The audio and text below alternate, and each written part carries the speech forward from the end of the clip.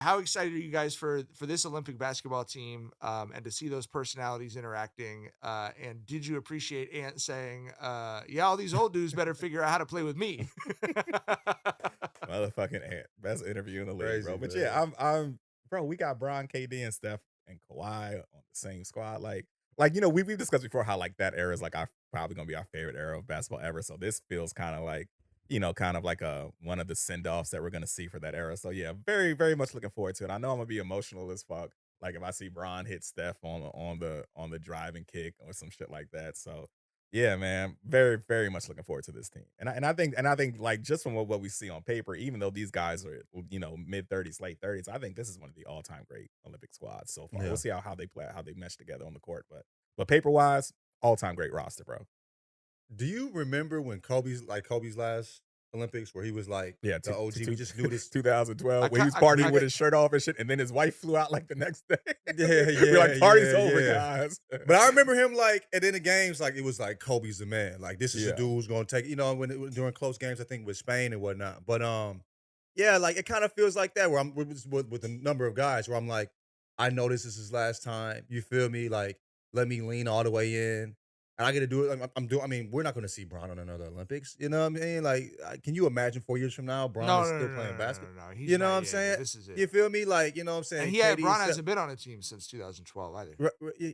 Yeah, so this feel like the last hurrah in a particular way. You know what I mean? Like, this kind of feels like their tour.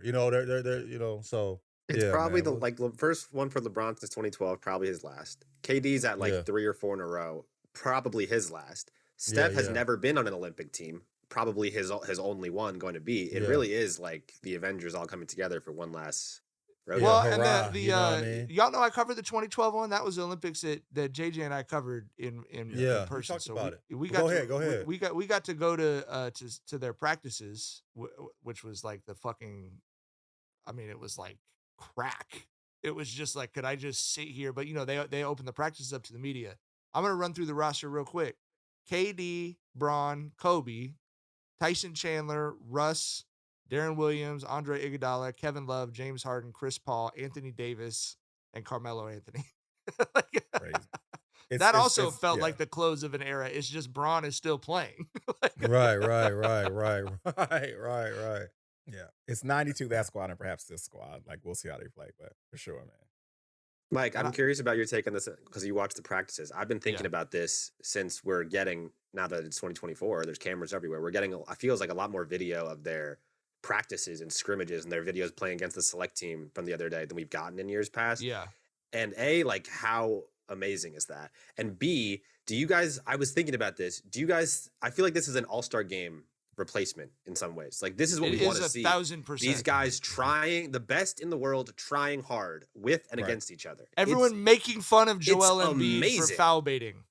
You know what I mean? Like everyone, like, Yes. come on, man! Like we're hooping right now, bro. Right. It is Leave that shit awesome over to there, watch. nigga. You know what I mean? Right. No, We playing ball. Fuck you mean? you're exactly right, and I think that's the part of being a sports writer that's fun for me is most sports are better not on TV. Like I don't like racing. I find racing to be boring as fuck. I think it's cool. Everyone's into F1, but I've never been able to watch that shit on TV.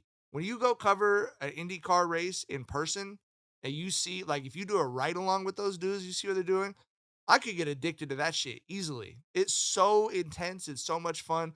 Basketball is the same way. Unlike, I think baseball is the same thing. I don't think football, the Pro Bowl is not fun seeing those dudes practice and interact with each other because the football, the off switch is so far away from the on switch.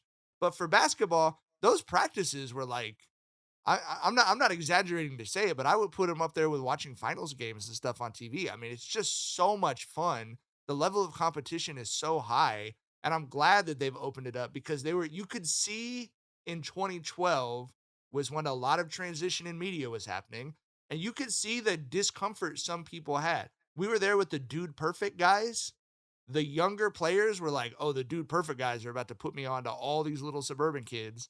And the older dudes were like, get these weirdos the fuck away from me.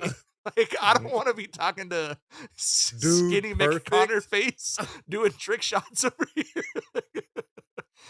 So, but the other thing was They were just generally everything was a little more resistant to media. There was still the idea that you could have privacy. So like Braun, for example, Braun did not talk to anyone at the practices we went to. Braun stayed on the court and hooped, just was like shooting free throws while everyone else was doing interviews. Kobe sat in the corner in like a throne and had like 150 microphones in his face, bro. And was answer. I mean, I'd never seen anything like it. Answer 2 questions in English, then a question in Italian, then a question in Spanish, then a question in English. Like, just, you know what I God, mean? Jesus Christ. The shit was different. So I love seeing Braun. That was my favorite part of the video that we've seen so far, was seeing Braun willing to be the like arms around everybody. I know this is my last ride. I know I'm the guy. Jesus. You know, it's cool. But it was emotional too for me seeing that, like, when he just walked up and was saying hi to everyone. You're like, this is it, bro. We got to enjoy this shit. You're right. Like, because this is better than the All-Star game. And this will be the last time we get a group that means this much, I think, to us or people our age that these guys do. Forget about what the calendar says. Football season is right around the corner, and that means best ball week at DraftKings isn't far behind. Here's what you need to know. DraftKings Best Ball Millionaire Contest is their biggest fantasy contest ever. We're talking 15 million guaranteed prize pool with two. That's right, 2 millionaires being crowned for first and second place. If you're a set it and forget it type, then best ball is for you. No waiver wires, no roster management, bigger roster so injuries won't end your season. Only the draft, and that's it. You're set for the season. And 15 million in prize money is no joke. Still not convinced? Check this out. This year, DraftKings is offering everyone a draft one, get one special. Your $20 entry fee scores you a bonus ticket. Get ready for Best Ball Week at DraftKings. Download the DraftKings app and use code Jenkins. That's code Jenkins, Jenkins, for all customers who enter the NFL Best Ball $15 million millionaire contest to get a bonus ticket. Only during Best Ball Week. Only on DraftKings.